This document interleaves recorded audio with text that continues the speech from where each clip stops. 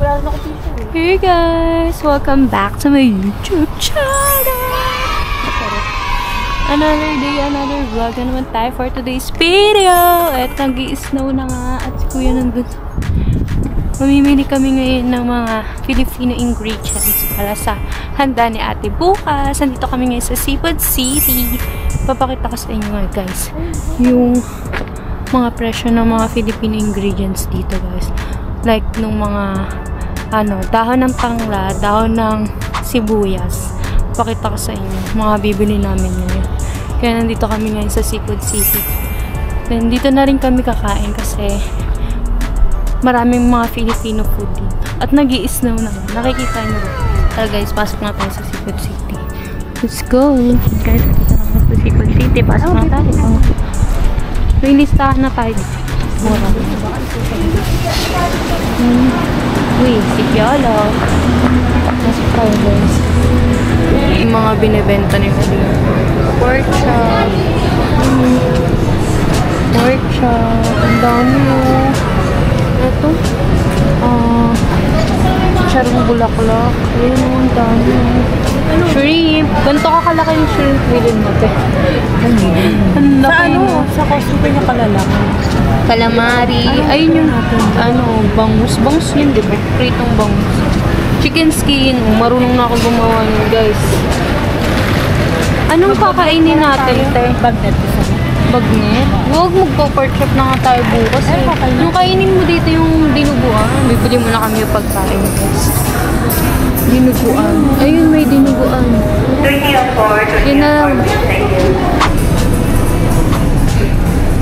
Bibili na kami pagkain. So, yun na nga guys, nag-start na kami mamili. Si green onion nga pala is 1.29. So, pag kinonvert siya na sa 51 pesos. Then, si lemongrass na 5.99. Pag kinonvert siya sa peso guys, nasa 240 pesos siya.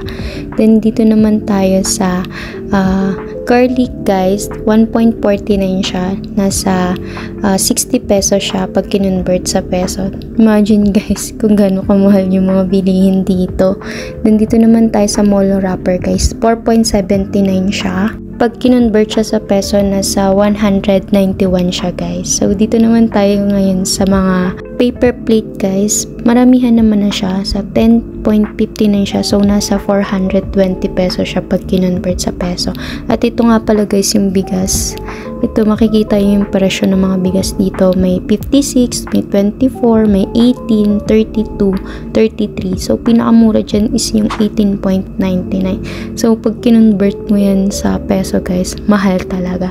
Nandito naman tayo sa may pansit canton. Nasa 40 pesos isa.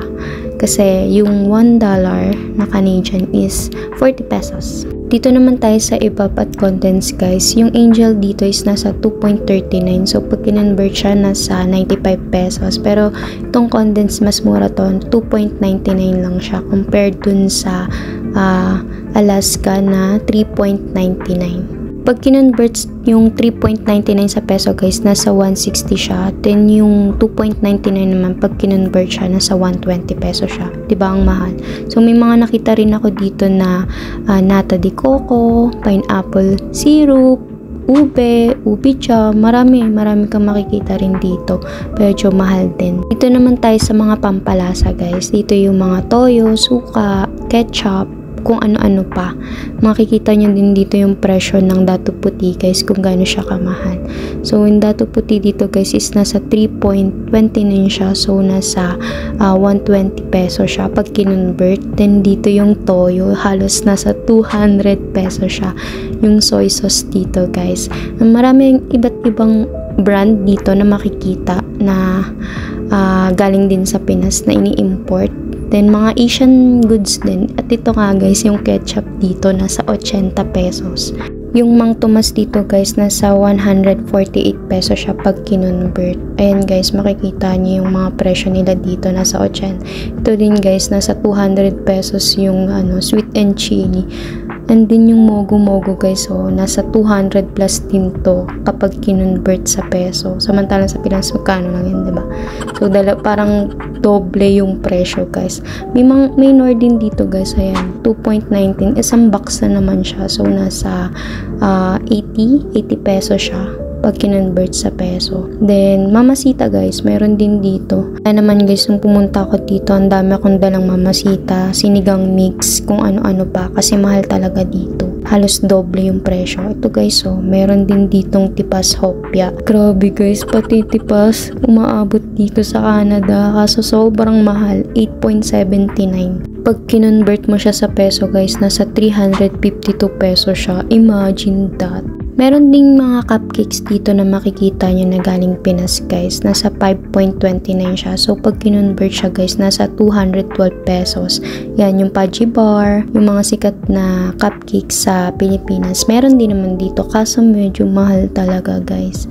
May dingdong nga rin dito. Yung mga otap. Ayan, yung mga usually nakikita natin sa Pilipinas. Yung Mary Pisco rin dito guys. Kaso nga lang, mahal. Look at this guys. One of the favorite chicha namin sa Pilipinas, ang cheese ring. Kaso napakamahal niya dito guys, nasa 80 pesos siya. So hindi na kami bumili. So guys, nandito na tayo sa frozen area. Yes, frozen area. Wala kang makikitang fresh dito guys, kasi lahat frozen area. Then makikita nyo na yung presyo ng mga isda dito, kung magkano guys. So ayan, 7.99, 6.49, 6.99. Yan, per pounds yan guys dito ah. Nagre-range siya sa 260 to 400 pesos guys, yung mga isda dito. Imagine guys, sa atin fresh pa yan at marami ka nang mabibili, pero dito halos frozen na. Dito naman yung mga binibenta nilang mga longganisa guys. Meron din dito, tsaka hamonado. Ito, dito na tayo sa meat section naman guys. Ganyan yung presyo dito ng mga meat. Per pounds din yan guys ha. Tingnan mo, napakamahal din talaga ng bilihin dito guys kapag kinonvert sa peso. Imagine that, diba? Nakita kong kikiam dito sa frozen area guys. Look at this guys, Filipino street food, tapos ganito yung presyo, 7.99. Imagine, nasa 320 pesos siya. Dito naman tayo sa frozen gulay guys. May nakita kasi ako malunggay dito na nagkakalaga siya ng 2.29. So pag kinonvert siya, nasa 80 peso siya. Nakikita nyo rin dito guys yung iba't ibang dahon na kinukuha lang natin sa tabi-tabi sa atin. Nakikita nyo dito guys yung frozen ng dahon ng kamoting kahoy, ubod, sigarilyas. Yan, yung tanglad guys sa atin na kinukuha lang natin sa kapitbahay natin. So guys, sa paglalakad-lakad ko, may nakita akong cheese whiz dito guys. Tapos ito yung pinaka mura, 6.99. Ito naman yung pinakamahal, ang 20.99. Imagine that guys. Mura lang yun sa Pilipinas, pero dito OMG, ang mahal. Napakamahal. Pinakita ko naman sa inyo yung frozen na mga gulay. Dito naman tayo sa fresh. Dito ako sa may cucumber section. Bibili ako ng isa dahil ipangahalo namin dun sa lulutuin ng ate ko na sinuglaw. Yung parang kinilaw siya na baboy, pero baboy siya. To, may mga fresh din naman na gulay dito guys. Tulad niyan, nakikita nyo ba? Yan, dito yung fresh section. Yung hawak na carrots ng ate ko guys, nasa 75 pesos na yan ang isa. So guys, wala talagang mura dito, lahat mahal. Kaya kapag mamimili ka, dapat may listahan ka. Kung ano lang yung importante na bibilin nyo, yun lang dapat yung mabibili nyo kasi naka-budget. Nandito naman tayo sa lemon guys. Yan, 6.99 na yan. Isang ano naman na siya. Sulit na rin naman yan sa 6.99 guys kasi isang net na rin naman siya. Tsaka ginagamit din naman namin siya halos araw-araw, kaya sulit na rin naman siya. Ito guys, meron na rin nga ditong mga gayat na gulay. Fresh naman siya guys, pero dapat tutuin mo na rin siya. So yan guys, may nakita ko ditong talong guys. Tignan nyo kung magkano, 3 peraso lang. Nasa 4.44 ata siya. Tapos ito guys, 1.49. Tapos yung corn yellow dito guys, 5.99. 5 peraso lang. Tapos yun guys, pinakita ko na sa inyo yung mga gulay dito guys, kung magkano ang presyo. Mga pinamili namin. Tara guys, bayad na tayo.